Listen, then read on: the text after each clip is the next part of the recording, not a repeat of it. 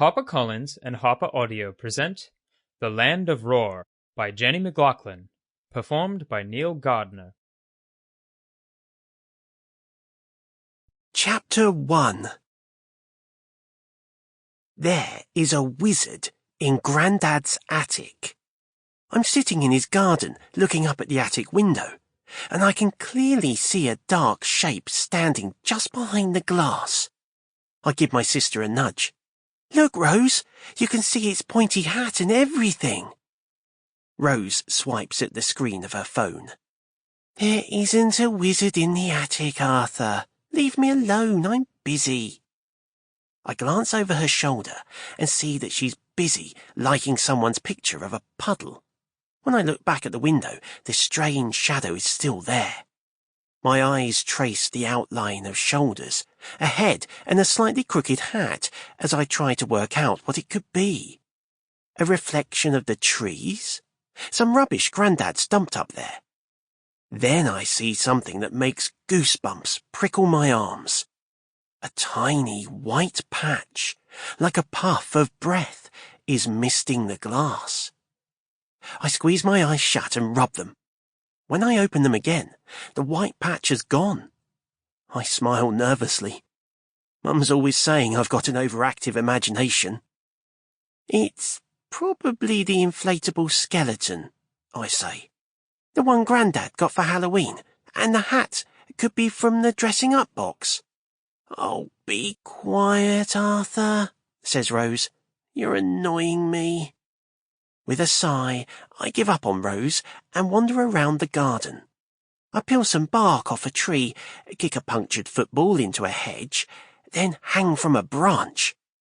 Tap, tap, tap goes Rose on her phone. I drop to the ground and look up at the attic window. "It's still there," I say.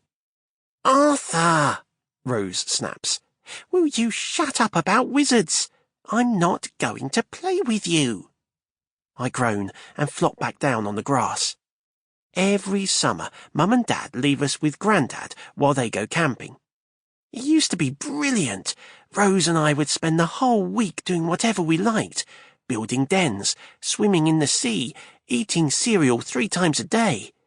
But since Rose got her phone, she's become totally boring. "Oh, pom pom." Grandad drifts out of his shed. His grey hair and beard standing out against his dark skin. He grins at me, then starts hacking at a bush with a pair of rusty secateurs. "Grandad, have you put a dummy or something up in the attic?" He laughs. "Not me, mate." I turn back to Rose. She can't stare at her phone all day. "How about we check out the attic, then go and catch crabs off the end of the pier?" "No." "Play ping-pong?" "No." "Go to the arcade and pretend to be pirates and see if we can find money that's fallen out of the slot machines?" She shakes her head in alarm. "No way!" "But you used to love doing that."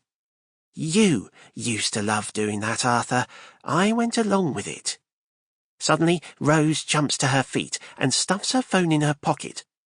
Maisie Bailey, Grandad's next-door neighbour, has appeared on the trampoline in her garden.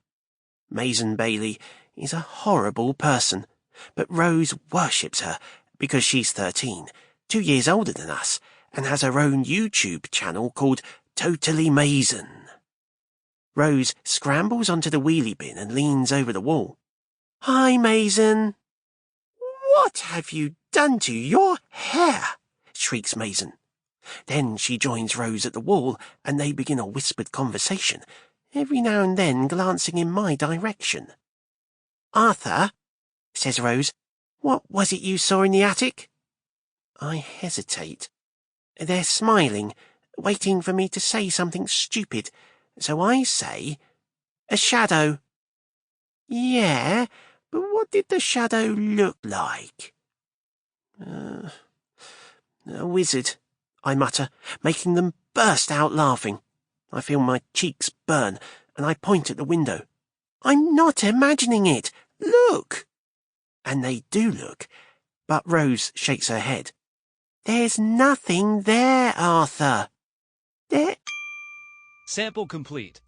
Ready to continue?